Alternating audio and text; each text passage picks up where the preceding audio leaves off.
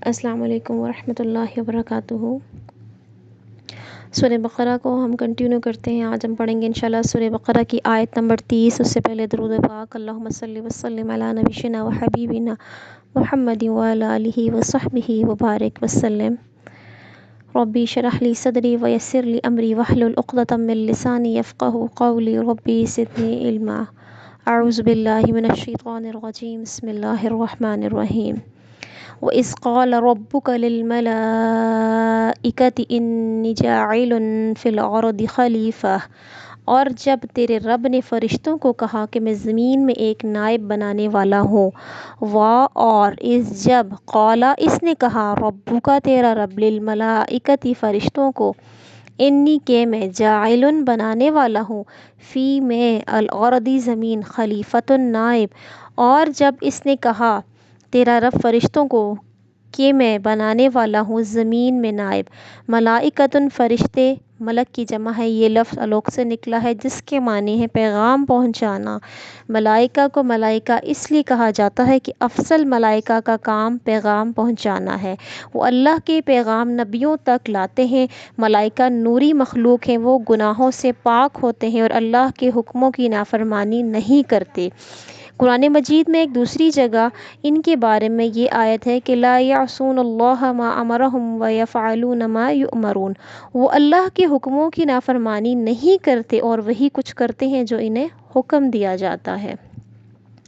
خلیفۃ نائب، خلیفہ اسے کہتے ہیں جو کسی کا نائب ہو۔ خلیف اللہ وہ ہے جو زمین پر اللہ کی شریعت کی حکومت قائم کرے۔ یہاں اس سے یہ بھی ظاہر ہو گیا کہ انسان کو اللہ کی طرف سے جو طاقتیں اور قوتیں ملی ہیں وہ دنیا میں اللہ کی خلافت قائم کرنے کے لیے بالکل ٹھیک ہوں گی۔ پروردگار عالم وہ ہے جس نے زمین و آسمان اور تمام کائنات کو پیدا کیا۔ اس کائنات میں ایک طرف زمین کی تمام چیزیں آ جاتی ہیں، مثلاً نباتات، جمادات، حیوانات، پہاڑ، دریا، نہریں، چشمے وغیرہ، اور دوسری طرف آسمانوں کو بھی لے لیجئے اور ان میں تمام چیزوں کو شامل کیجئے جو ان 7 آسمانوں کے اندر پیدا کی گئی ہیں۔ اللہ خوب جانتا ہے کہ زمین و آسمان کی تمام چیزوں کے پیدا کرنے میں کیا حکمت ہے۔ اس آیت میں اس کے بعد کی جو آیات ہیں ان سوالات کا جواب بیان ہوگا کہ حضرت آدم کی پیدائش کیوں ہوئی، اس مٹی کے پتلے کو کس غرض کے لیے بنایا گیا اور اس کا مقصد حیات کیا ہے۔ قالوا اتجعل فيها من يفسد فيها ويسفك الدماء ونحن نسبح بحمدك ونقدس لك، انہوں نے کہا کیا تو اس میں اسے بناتا ہے جو اس میں فساد کرے اور خون بہائے، حالانکہ ہم تیری خوبیاں پڑھتے ہیں اور تیری پاکیزگی بیان کرتے ہیں۔ قالوا انہوں نے کہا کیا اتجعل بناتا ہے فیہا اس میں، من جو یفسد فساد کرے، فیہا اس میں، اور یسفک بہائے، الدماء خون، حالانکہ نحن ہم نسبح پڑھتے ہیں، بحمدک تیری خوبیاں، اور نقدس پاکیزگی بیان کرتے ہیں، لکا تیری۔ یسفک وہ بہائے، یہ لفظ سفک سے نکلا ہے جس کے معنی خون بہانے کے ہیں۔ الدماء خون، یہ دم کی جمع ہے جس کے معنی ہے خون۔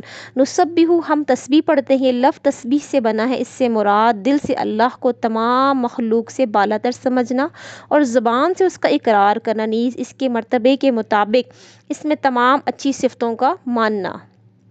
نقدس ہم پاکیزگی بیان کرتے ہیں، لفظ تقدیس سے بنا ہے جس کے معنی ہے پاکیزگی بیان کرنا اور اللہ تعالیٰ کو تمام بری صفات اور مخلوقی صفات سے پاک و برتر سمجھنا۔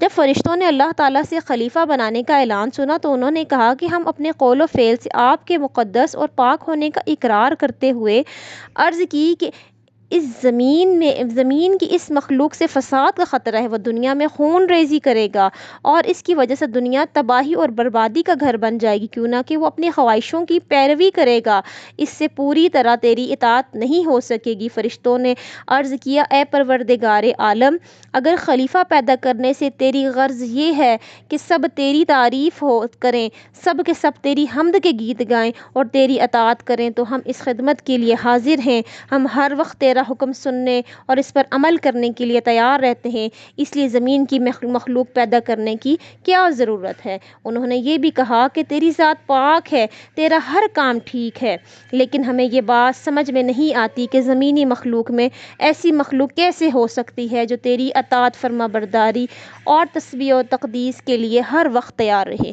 قال انی اعلم ما لا تعلمون، اس نے فرمایا بے شک میں جانتا ہوں جو تم نہیں جانتے۔ قال کہا انی بے شک میں اعلم جانتا ہوں ما جو